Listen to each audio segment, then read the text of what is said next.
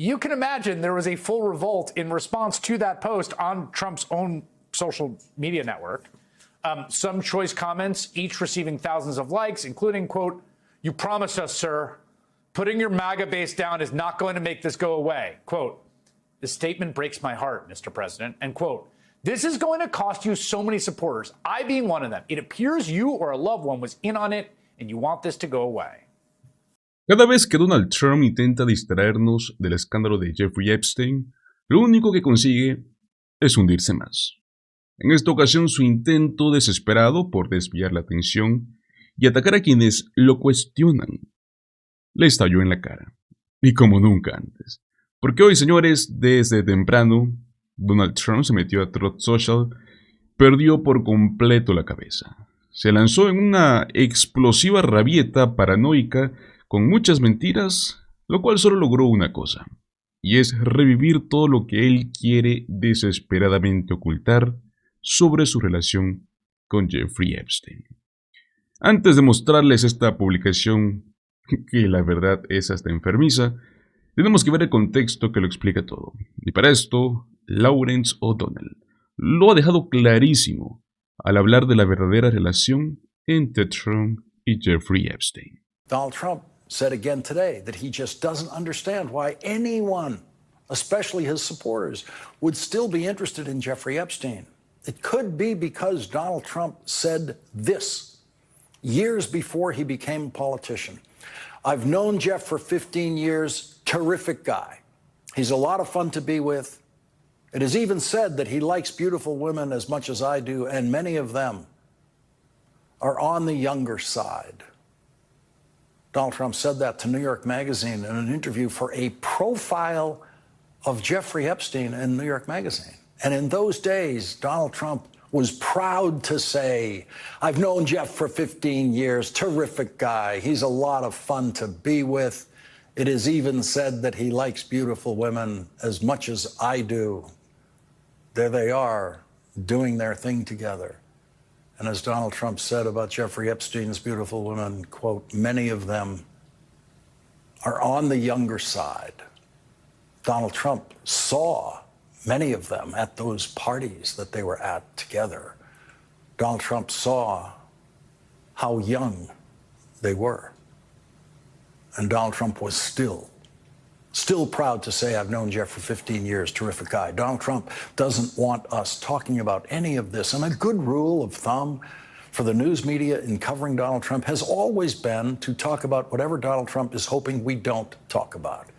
It's not easy to choose what stories to present on a daily basis in the coverage of Donald Trump. It has never been easy. We all make those choices every day here and at other news organizations, and we all might make different choices on a given day, but the best choice is usually the one that infuriates Donald Trump the most. Donald Trump lo admitió. Jeffrey Epstein también. Maxwell hasta lo confirmó.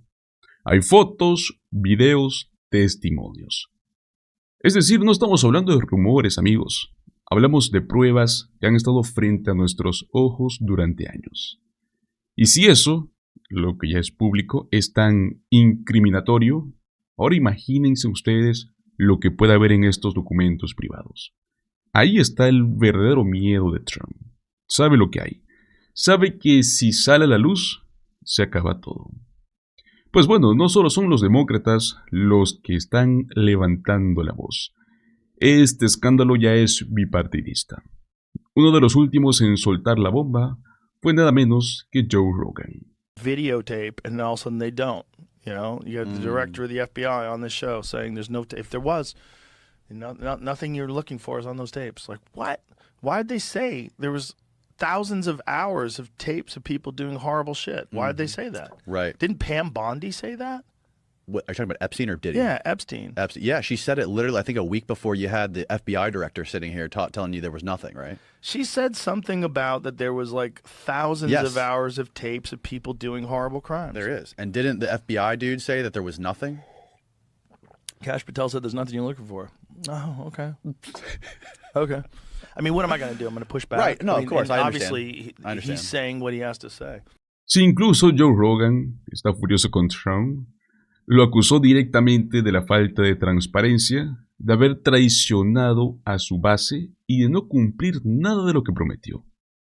Sin duda, pues, obviamente, eso activó la furia de Trump y, pues, se fue directo a Truth Social. Y lo que escribió, señores, es una locura absoluta. Escuchen.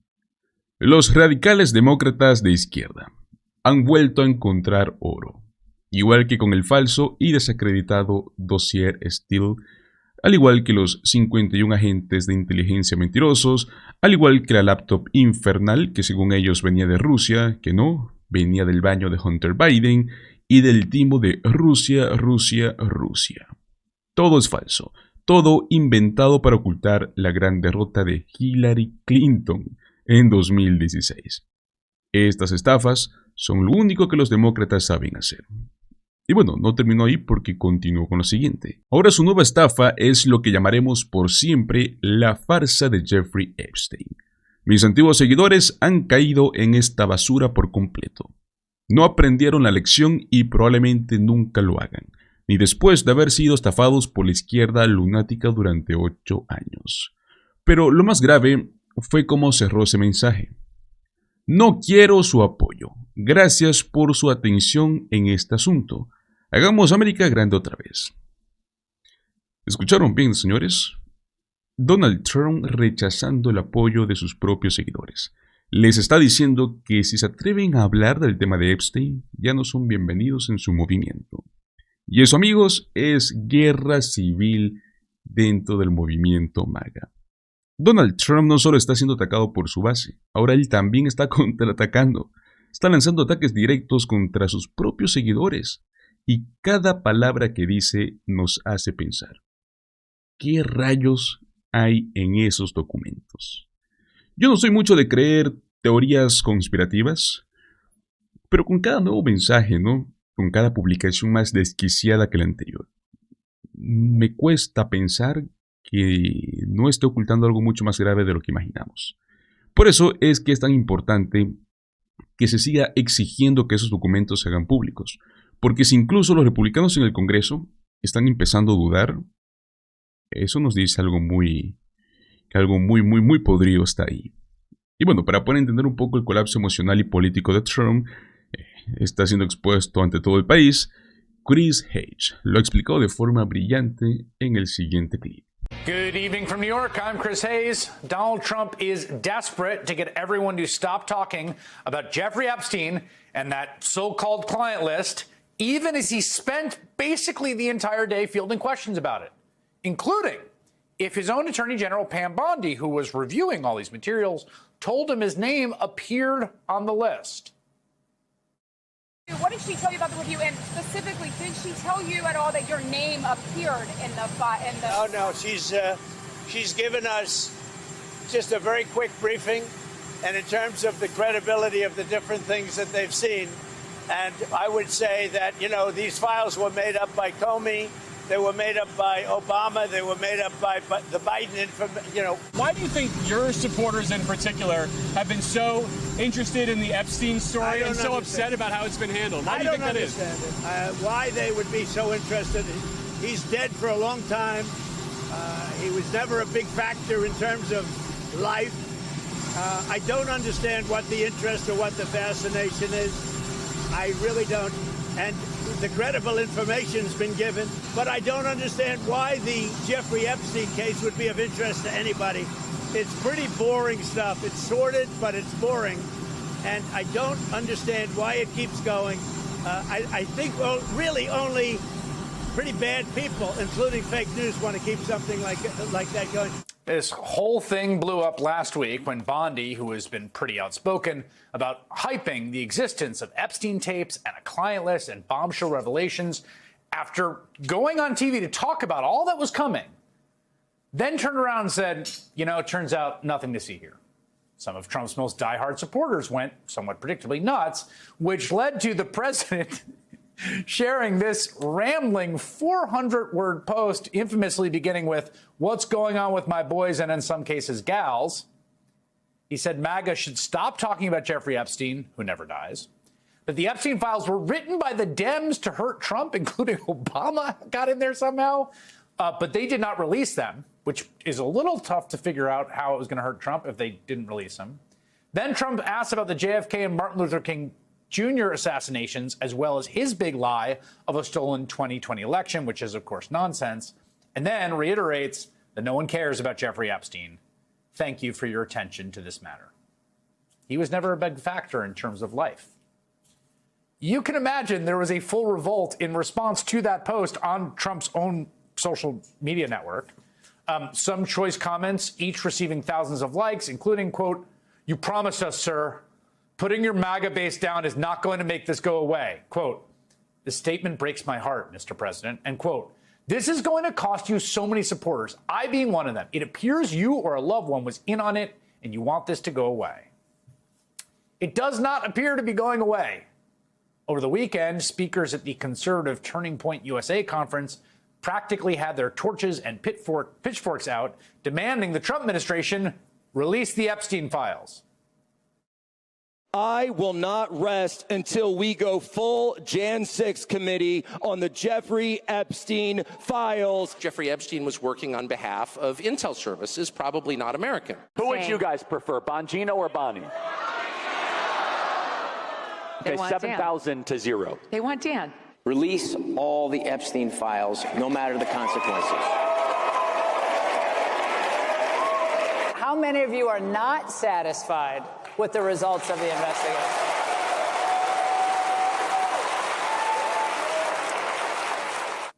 I mean, even SNL comedian Rob Schneider is calling for the release of the Epstein files. But now, many of those same people are, you'll never guess, sheepishly falling right in line behind Donald Trump, who is demanding that they just stop talking about this whole boring Epstein thing that has nothing to do with it. According to one report, get this, Trump personally called Charlie Kirk, who co-founded and organized the entire conference, and then Kirk and others, I certainly softened their tone.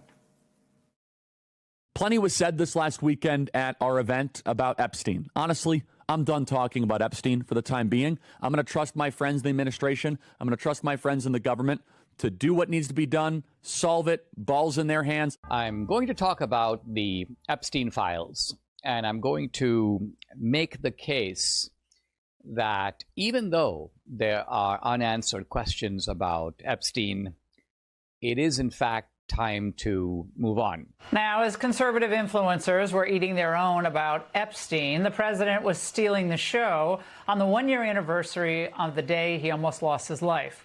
He made a triumphant appearance at a global sporting event.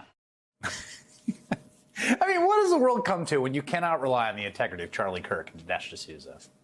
In fact, Fox, where Laura Ingraham was talking about that triumphant moment we're going to cover later, Fox is barely covering Epstein at all anymore. And when they do, it's to repeat Trump's spin. Así que ya lo saben, señores, este no es un escándalo cualquiera, es el escándalo. Y mientras Trump intenta huir, más se hunde. Ahora bien, amigos, quiero que pasemos a hablar de un tema que hace tiempo no ha estado en boca de Trump.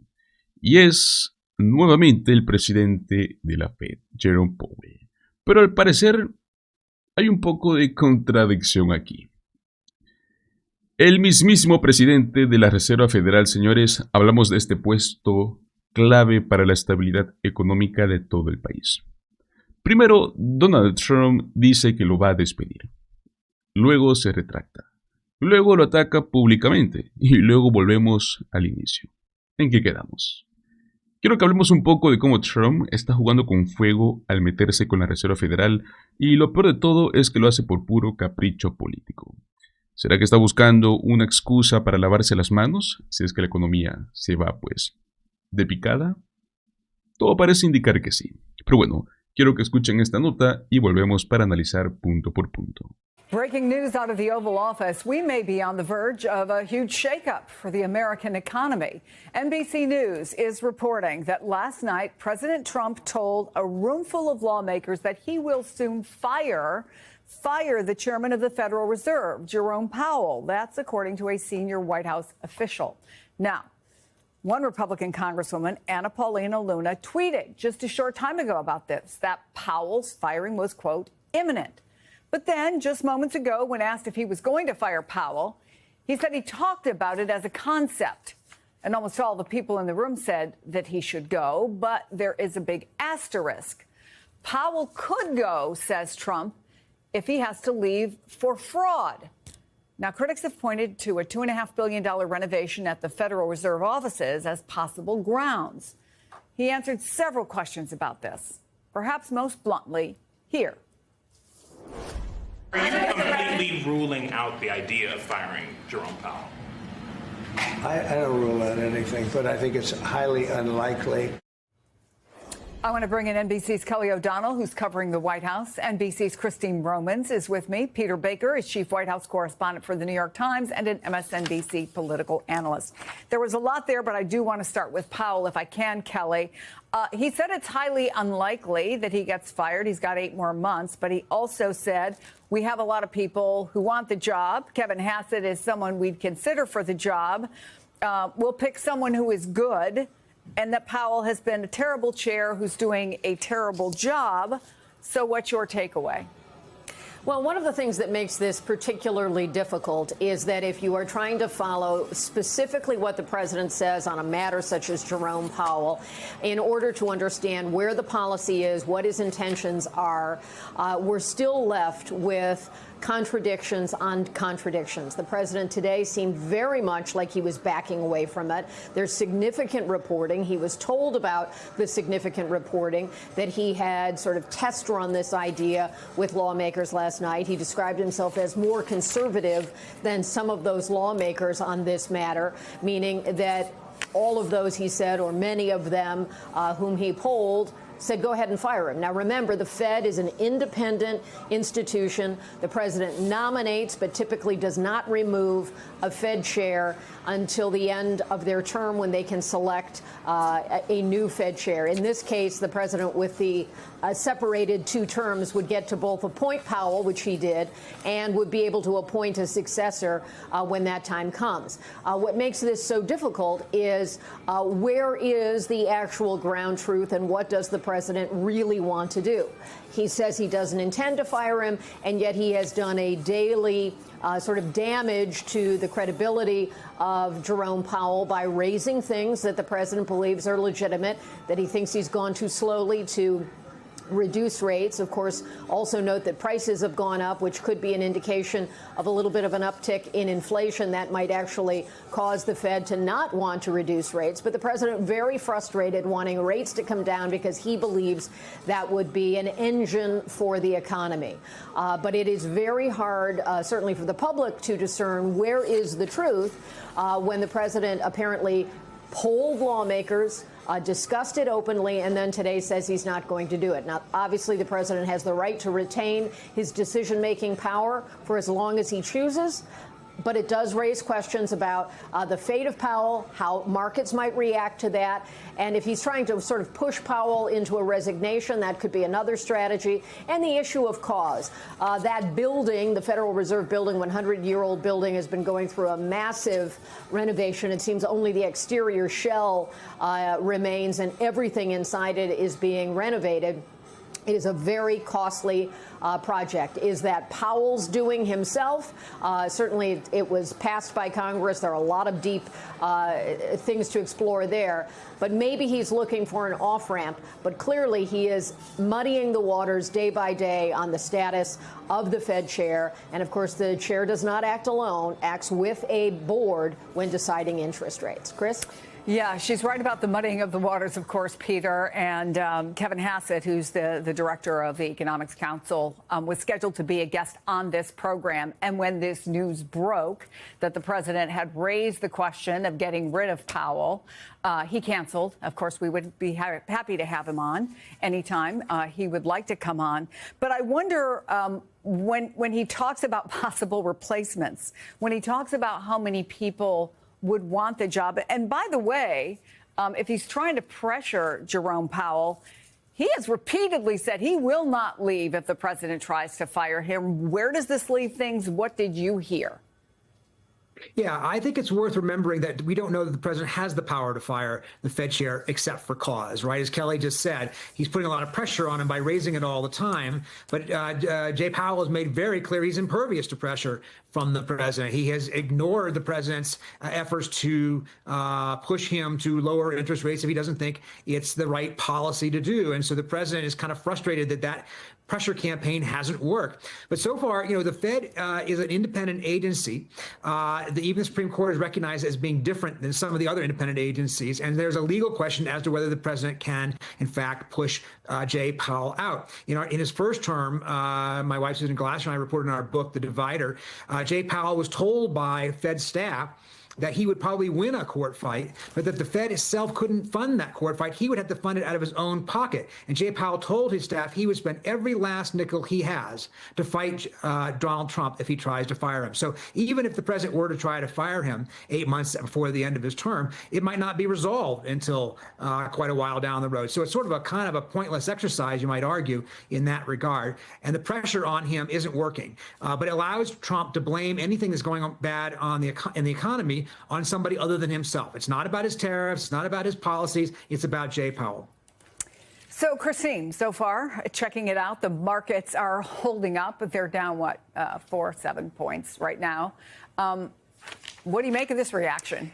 Well, I mean, markets clearly think this is presidential bluster, but those of us who've covered the Fed for many years see this as the biggest attack on the independence of the Fed in our lifetimes, right? And the Fed is really essentially the shock absorber for the American economy. The Fed chief runs a team of governors and regional Fed presidents who together as a committee decide what to do with interest rates to make sure that the job market is sturdy and inflation doesn't get out of control. They're working on behalf of the American people, not the politics of the White House. Every White House would like to see lower interest rates. That would goose an economy in the near term. It can also fuel inflation, something we've seen in Turkey, something we've seen here in the 1970s. It really caused a painful period for American people when the Fed was cutting interest rates when it shouldn't have been. And so this is all what they discuss in these Fed meetings. I'll also point out that the Fed is funded by interest on the securities it holds and fees for banks. We're not talking about taxpayer money here that is being misspent, if that's what the president is accusing about the Fed and the Fed chief. But clearly, this pressure on the Fed chief is very, very pointed. This is the most pointed we've seen it. Now, there's a new governor position that's up in January. So clearly, already they're talking in the administration. That's appointed by the president and then confirmed by the Senate. There are 7 of those positions, and there are 5 regional governors. This is all designed to be a separate institution that is impervious to this kind of pressure, the pressure the president continues to pile on Jay Powell. As Jay Powell, I will say, has been very steady, very measured. He just doesn't ever take the bait from the president here on this. Yeah, and in fact, Peter, the president has indeed been talking about this for a long while, but he was always talked out of it, right? I wonder, just listening to Christine, if indeed he's making this calculation. Is part of it he loses someone who he can point at if the economy doesn't go the way that he wants it to, and their decisions on interest rates? Is this just an old-fashioned trial balloon? Why even bring it up in a room full of lawmakers in the first place? Ok, señores. Donald Trump dice que es muy poco probable que despida a Jerome Powell, presidente de la Reserva Federal. Pero antes, según reportes confiables, es más, ni siquiera eso, no lo hemos visto públicamente, él les dijo a los legisladores republicanos que sí, que lo iba a echar. Y pues bueno, falta decir que siempre lo ha insultado. Esto no es una contradicción menor, porque estamos hablando de una institución independiente que es la que regula pues, la política monetaria en Estados Unidos. O sea, no es un cargo cualquiera. El presidente de la Reserva Federal tiene el poder de controlar las tasas de interés, el poder de regular la inflación. Y es más, en muchos sentidos, ¿no? Sostener o derrumbar los mercados. Y Donald Trump lo trata como si fuese el gerente de un hotel que le sirvió mal el desayuno. ¿Qué es lo que hay detrás de todo esto? Es simple. Donald Trump quiere que las tasas de interés bajen porque eso estimula la economía a corto plazo. Una economía fuerte es buena para su campaña. Pero Jerome Powell no está ahí para servirle al presidente, está ahí para proteger la estabilidad económica del país, sea a corto o largo plazo. Entonces, Donald Trump, al no conseguir lo que quiere, lanza ataques públicos, directos y sin ninguna base legal sólida. Para despedir a un presidente de la Reserva Federal, tiene que haber causa, fraude, corrupción, algo grave, no simplemente porque no bajó las tasas cuando Trump quería. Incluso no se menciona la remodelación de las oficinas de la Fed como una excusa para justificar un despido. Seamos sinceros, amigos. Una renovación aprobada por el Congreso en un edificio centenario. O sea, ¿realmente eso es el motivo para destituir al jefe de la política monetaria? Y si nos vamos más al fondo, lo que está haciendo Trump es socavar la independencia de la Fed. Está presionando públicamente para influir en decisiones que deberían ser completamente técnicas, no políticas. Y eso yo creo que es muy grave. Ya lo han dicho varios expertos, ¿no?, en el Wall Street. Si Donald Trump sigue metiendo presión, podría provocar el efecto contrario. En vez de que bajen las tasas, podrían aumentar la incertidumbre, podría desestabilizar los mercados y podría empeorar la economía. Pues bueno, ¿qué opinan ustedes, amigos? ¿Creen que Trump debería poder despedir al presidente de la Reserva Federal solo por no seguirle el juego? ¿O será que estamos frente a otro intento descarado de manipular las instituciones para su propio beneficio político? Los invito a que me dejen sus opiniones en la caja de comentarios. Muchísimas gracias por acompañarme hasta el final de este video. Recuerda, como siempre, dale like, compártelo con tus amigos y suscríbete a nuestro canal Políticamente en Desacuerdo. Nos vemos en el próximo video. Hasta luego.